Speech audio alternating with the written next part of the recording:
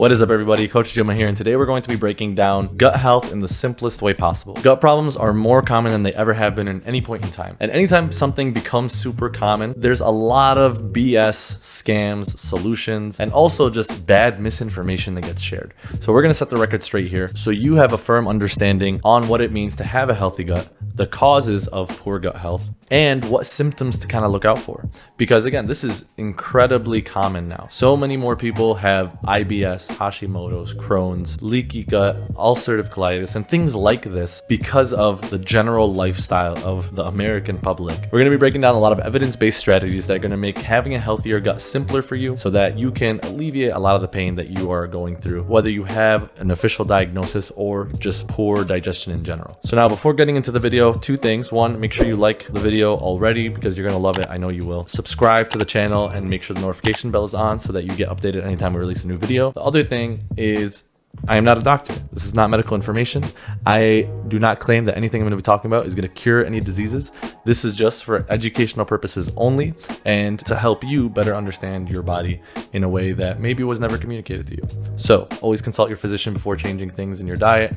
I think that was everything. So now let's get into it. A lot of people really oversimplify the methods to get a healthy gut. They think that just taking a probiotic, just having kombucha, or just having a Greek yogurt is going to be enough to alleviate any kind of digestive distress or make you have regular bowel movements, which isn't the case at all. It's a lot more complicated than that. If you only take a probiotic, only take kombucha, or only eat a yogurt for your gut health, you're basically bringing a squirt gun to a house fire. It's not going to do much for you. If that's the only thing you do, you're not helping your case much. There's much bigger things that are going to help you out than only doing those things. Not to say they're useless. They definitely play a role. They help a little bit, but they're not the big movers that are going to really shift you from poor gut health to good gut health. So in this video, we're going to break down what gut health is, the role the gut plays in the body, because it's way bigger than just making sure you poop good, the root cause of most digestive disorders, and how to improve your gut health, whether, again, you are just a regular person with poor digestion or have more extreme conditions that want any type of solution to help you out. So starting off, what is gut health? Technically, there's no real definition other than a lack of irregularity in your gut, no diarrhea, no constipation, or anything like that in your gut. But I think that's a really poor definition to have. Just because you don't have bad things happening doesn't mean you have good gut health. If we defined a good student as someone that isn't loud and obnoxious in class, it doesn't tell us how good they are at learning. It doesn't tell us how they excel with their grades or what their potential is. It just tells us what their behavior is. There's more to it than just how you poop, how you digest things, how bloated you get, etc. So I want to take this definition and expand it to more of a spectrum. On the low end of good gut health, you have no irregularities, no constipation, no diarrhea, no significant bloating. You use the bathroom maybe once a day, right? Basic things. On the high end, you're experiencing optimal gut health thriving, which is having more energy, clearer thoughts, less brain fog, a stronger immune system, clearer skin, having lots more energy throughout your day, and so many more other things. The obvious role of the gut is digestion, but the actual other roles that it has is so vast. In fact, the gut has its own nervous system called the enteric nervous system, which is basically like the second brain of the body. It's how it's actually referred to in the medical field. This is why gut feelings are a real thing.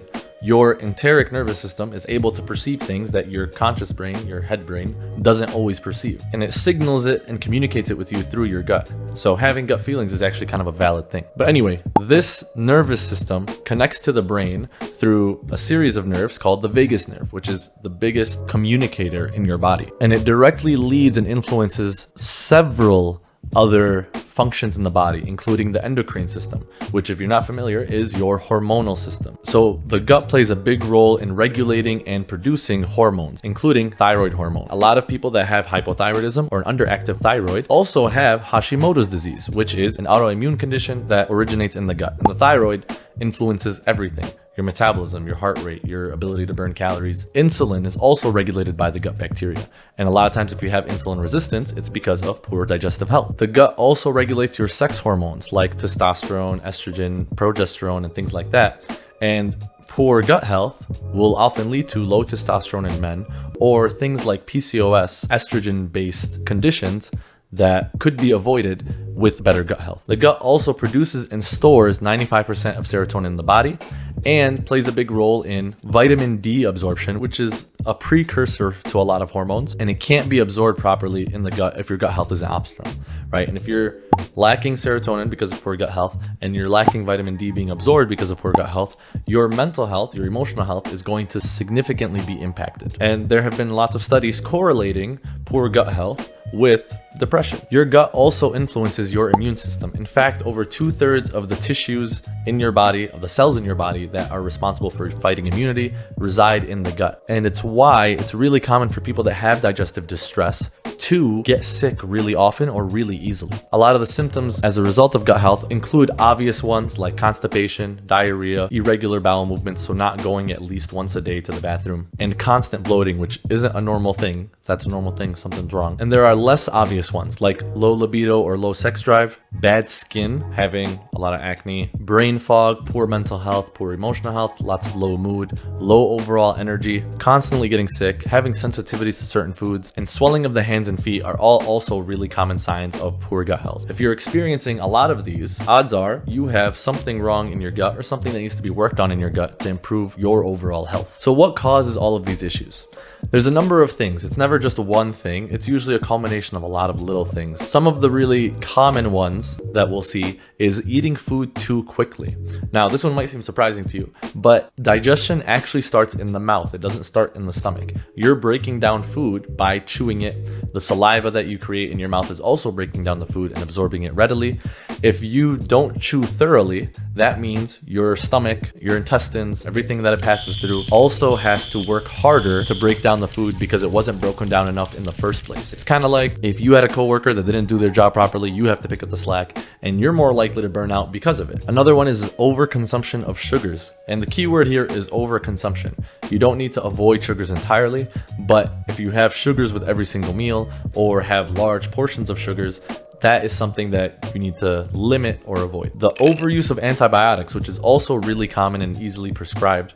Obviously, antibiotics have an important role and you should use them when prescribed or when needed. But if you use them constantly and find yourself always on them, you need to do your due diligence to optimize your gut health with the lifestyle behaviors and nutritional changes that we're going to be talking about later on in the video. This is because you've probably heard your gut is filled with gut bacteria known as the microbiome. Antibiotics are antibacterial. They don't differentiate between good and bad bacteria. So a lot of the good bacteria that helps break down the food that you eat will get wiped out and make it harder for you to digest food appropriately. Chronic stress is also a key contributor in leading to poor gut health. As I mentioned earlier, if you're not chewing your food enough, that creates a lot of inflammation. But inflammation doesn't only come from not chewing enough. Inflammation comes from other types of stress, mental and emotional stress from work, from relationships, physical stress from doing a lot of high intensity activity, dietary stress from eating foods that you don't digest well, or from being in a calorie deficit for a long period of time. All of these different things are easy examples of excess inflammation in the body, and if continued to stay chronic, will lead to a lot of gut issues down the line. This next one's actually incredibly common when it shouldn't be, and it's the overuse of NSAIDs or PPIs. And this includes prescription and non-prescription alike. These are things like aspirin, ibuprofen, Advil, Motrin, Prilosec, and Nexium. Relying on these will weaken the gut lining because that's where they are kind of attacking to manage pain in your body. And the weaker your gut lining is, the worse your gut health is going to end up being. So you don't want to pop these like candy, especially if it's a non-prescription. If it's a prescription, you obviously have good reason to, and you should. Don't not listen to your doctor. You have to listen to your doctor. But avoiding using it when it's unnecessary or you can do without it can make a really big difference for your digestive health in the long term. And lastly, and most obviously, is a nutrient poor diet. A diet that is lacking nutrients, lacking fiber in particular, and a variety of fibers will lead to poor gut health down the line. So we know the symptoms of poor gut health. We know what causes poor gut health. What can you do to improve your gut health? Well, for the average person, there's a lot of lifestyle changes that need to be made to improve your overall gut health, including chewing your food more thoroughly. The simplest thing that can make the biggest difference is chewing your food more thoroughly. Taking the time to chew for 10 extra seconds, 5 extra seconds even, every single spoonful or mouthful of food you have will not only help you enjoy the food more because you get to taste it for longer, but it eases the digestive process of that food and the absorption of that food once you swallow it and it goes through the digestive tract. Reducing your lifestyle stress. Managing your stress, finding outlets to de-stress constantly throughout the day if you have a stressful lifestyle will make a really big difference in your digestive health. And it's also helpful for a period of time to avoid caffeine because caffeine will spike up cortisol and create kind of a synthetic stress within your body. Getting proper sleep. I'm not going to go too deep into this one. Just make sure you get 7 to 9 hours of sleep. If you need help for how to get more sleep, watch this video on sleep that we talked about so you get all the strategies you need to sleep well. And lastly, adding nutrients to your diet. Like we mentioned, fiber is a really big one that needs to be added that most people aren't getting enough of. And this comes from getting more color in your diet, aka fruits and vegetables.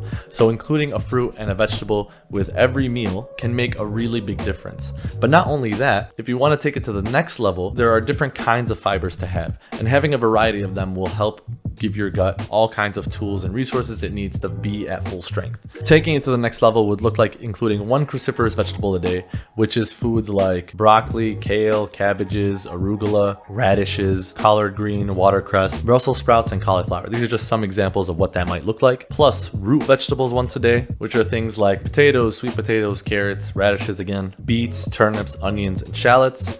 And lastly, including a fermented food into your diet on a daily basis. These are things like kefir, tempeh, kimchi, sauerkraut, kombucha, and miso. Now, if you do this diligently for a couple weeks and make sure you hit all the marks of the lifestyle and diet changes that you need to make, you should see a great improvement in your overall gut health, energy levels, skin health, all these things. If you still have some digestive issues, or you have one of the more severe conditions we mentioned earlier, it could be more helpful to follow an elimination diet protocol. As the name suggests, you want to remove all the trigger foods in your diet. Anything that as soon as you eat it or within the day of eating it, you feel uncomfortable eating, you get a lot of pain in your stomach, you get diarrhea afterwards, you get constipation, you get really low energy after having eaten it, you want to eliminate those foods entirely for a small period of time. And if you feel like the list of foods that make you uncomfortable or cause digestive distress is just way too big, it's easier to follow a low FODMAP diet because they will eliminate a lot of the most common foods that create inflammation in the digestive system. It's not an easy diet to follow. A lot of stereotypical healthy foods like broccoli are eliminated in the low FODMAP diet, but trying to follow this for a period of time will make a huge difference in how you feel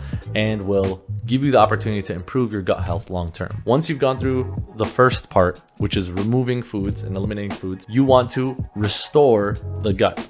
And you do this by following all the lifestyle factors that we talked about to a T. Chewing your food more thoroughly, getting in enough sleep, adding in more fiber to your diet, having the cruciferous root and fermented foods on a daily basis, and reducing your overall stress, and also staying hydrated, which is one I forgot to say. You want to stay hydrated as well, because that is the lubricant that takes things through your body and pushes them smoothly. Now, at this point, if you're doing all of these lifestyle changes and you've eliminated the foods, this is a good time to actually supplement or add in probiotics, kombuchas to help repopulate your gut microbiome and heal it to a degree. Depending on what primary symptoms or issues you have will depend on what specific supplement you need to take.